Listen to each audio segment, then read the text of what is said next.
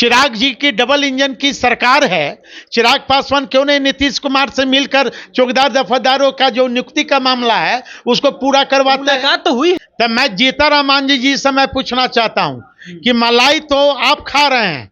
आपके जो समाज है, जिस समाज से आप आते हैं, आप बिहार के मुख्यमंत्री रहे। बिहार में बिहार में आपका बेटा भी मंत्री हैं और आप बिहार में खुद मंत्री रहे। तो आप बताइए जीतन मांझी जी कि आप अपने समाज को कितने समाज को आपने मुख्यधारा से जोड़ने का काम किया। ये जीतन मांझी जी को जवाब देना चाहिए।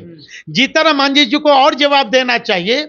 जिस तरह बिहार के मुख्यमंत्री का जो योजना चल रहा है, चाहे वो विकास मित्र से लेकर कोई भी योजना हो, उसमें सिर्फ महादलित ही का लोग उसमें है, एक भी पासवान उसमें नहीं है। तो इसका जवाब कौन देगा?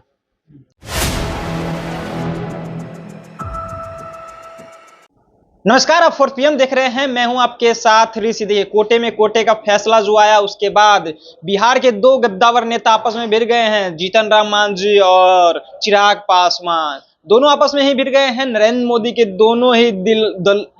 दोनों ही करीबी नेता हैं और दोनों जो है मोदी कैबिनेट में मंत्री हैं। और यहाँ पे बात करने के लिए हमारे साथ साधु पासवान है, राजद के SC कोटे के प्रदेश अध्यक्ष है। चिराग पासवान और जीतन राम मांझी आपस में ही भिड़ गए हैं कोटे में कोटे को लेकर के। देखिए, जिस तरह भारतीय जनता पार्टी ने पर्दे के पीछे से जो खेल खेल रहे हैं, वो कहीं ना कहीं बहुजनों को आपस में लड़ाई लड़वाना चाहती है। मैं फूट डालो और राज करो जी, क्योंकि ये फंडा रहा है भारतीय जनता पार्टी का शुरू से। कभी हिंदू मुस्लिम में लड़वा दो, कभी राम रहीम के नाम पर लड़वा दो, कभी दलित महादलित के नाम पर लड़वा दो। लेकिन जो केंद्र में जो मंत्री हैं, दोनों मंत्रियों को आपस में तालमेल रखना चाहिए। और चिराग जी ने क्या खराब बात बोला? चिराग जी का जो स्टैंड है, उस स्टैंड को मैं समर्थन करता हूं कि किस नाते समर्थन कर रहे हैं आप? एक तरफ से जीजा भी हैं, दूसरी तरफ से राजद के बड़े नेता है, दलित के बड़े नेता भी हैं। देखिए, मैं समर्थन ये कर रहा हूं कि जो बहुजनों को हित की बात करेगा, साधु पासवान उसके साथ रहेगा। चिराग जी ने क्या खराब बात बोला? मैं जिस तरह न्यायालय का जो ये आया, आदेश आया, मैं न्यायालय को मैं सम्मान करता हूं।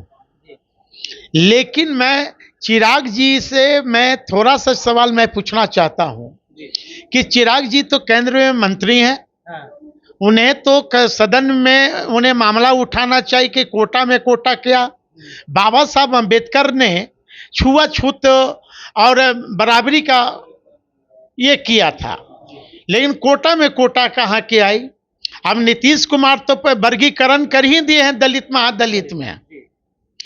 आप बताइए, जो नीतीश कुमार जी बिहार के मुख्यमंत्री हैं और बिहार की जो भी दलितों के नाम पर, अनुसूचित जाति के नाम पर जो ये योजना चल रहा है, चाहे वो विकास मित्र हो, चाहे बहुत सारी योजना चल रहा है, उस योजना में जीतन मांझी जी को आंख खोलकर देखना चाहिए और जीतन मांझी जी को जवाब देना चाहिए कि आप जिस तरह आपका जो बयान आया, हल्का बयान जो आया कि 4 समाज 4 जाति के लोग मलाई खा रहे हैं, तो मैं जीतन मांझी जी से मैं पूछना चाहता हूं कि मलाई तो आप खा रहे हैं। आपके जो समाज है, जिस समाज से आप आते हैं, आप बिहार के मुख्यमंत्री रहे। बिहार में बिहार में आपका बेटा भी मंत्री हैं और आप बिहार में खुद मंत्री रहे। तो आप बताइए जीतन मांझी जी कि आप अपने समाज को कितने समाज को आपने मुख्यधारा से जोड़ने का काम किया। ये जीतन मांझी जी को जवाब देना चाहिए। जीतन मांझी जी को और जवाब देना चाहिए। जिस तरह बिहार के मुख्यमंत्री का जो योजना चल रहा है, चाहे वो विकास मित्र से लेकर कोई भी योजना हो, उसमें सिर्फ महादलित ही का लोग उसमें है, एक भी पासवान उसमें नहीं है। तो इसका जवाब कौन देगा? इसकी जवाब जीतन मांझी जी आपको देना पड़ेगा कि गुड़ खा रहे हैं, गुलगुले से परहेज।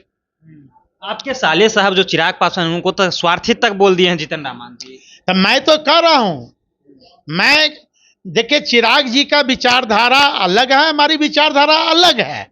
लेकिन कुछ विचारधारा, कुछ जो बात है, मैं तो चिराग जी को मैं पूछना चाहता हूं। आप हनुमान हो, आप ये बताओ ना कि अभी तक प्रमोशन में आरक्षण कल अभी मामला फंसा हुआ है, अभी निजी क्षेत्र में आरक्षण नहीं है, जुडिशियल में अभी आरक्षण नहीं है। हाँ, अभी आप बताओ, जो भी केंद्र सरकार का जो सरकारी संस्थाएं थे सबको प्राइवेट कर दिया गया। तो आरक्षण तो चाहे इधर चाहे तो आरक्षण तो समाप्त कर दिया। अरे आरक्षण कहाँ है? चिराग जी को मोदी सरकार से पूछना चाहिए।